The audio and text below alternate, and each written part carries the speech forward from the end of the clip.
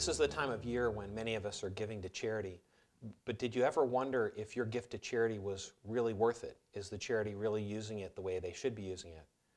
Studies have shown that 80% of us aren't really sure that our charitable gifting is being used the way it should be used. And now more than ever, there's easy ways to check up on the charities that you gift to. Every charity is a nonprofit, and as a nonprofit, they don't have to file taxes.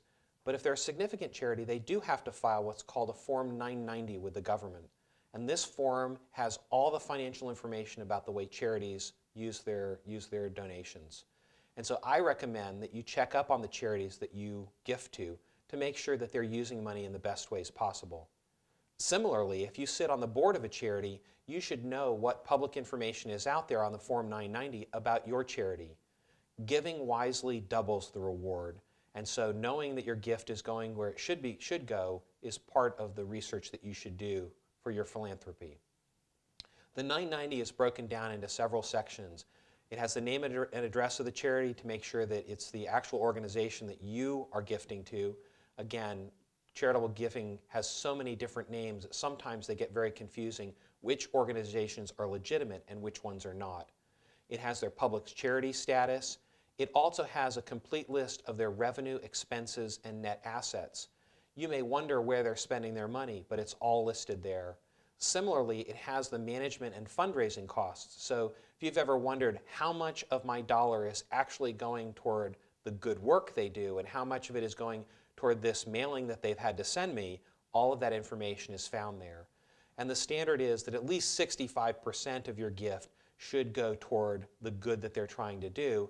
Less than 35% should be for their administrative and fundraising costs. And so good charities will squeeze that number down as small as possible and actually maximize the good they do. And those are the charities that you may not hear about because they're not doing those slick mailings. Similarly, the 990 is not all about numbers. There's a huge section to put down the charity's purpose and accomplishments. And you should read through this carefully to know what they're proud of. I'm amazed at the number of charities in the area whose 990 under purpose and accomplishments is very, very lax. These are the same boards that spend a lot of time putting together their mission statement and their slick brochure, but the public information that they file on their 990 doesn't actually reflect what they do and the good that they do.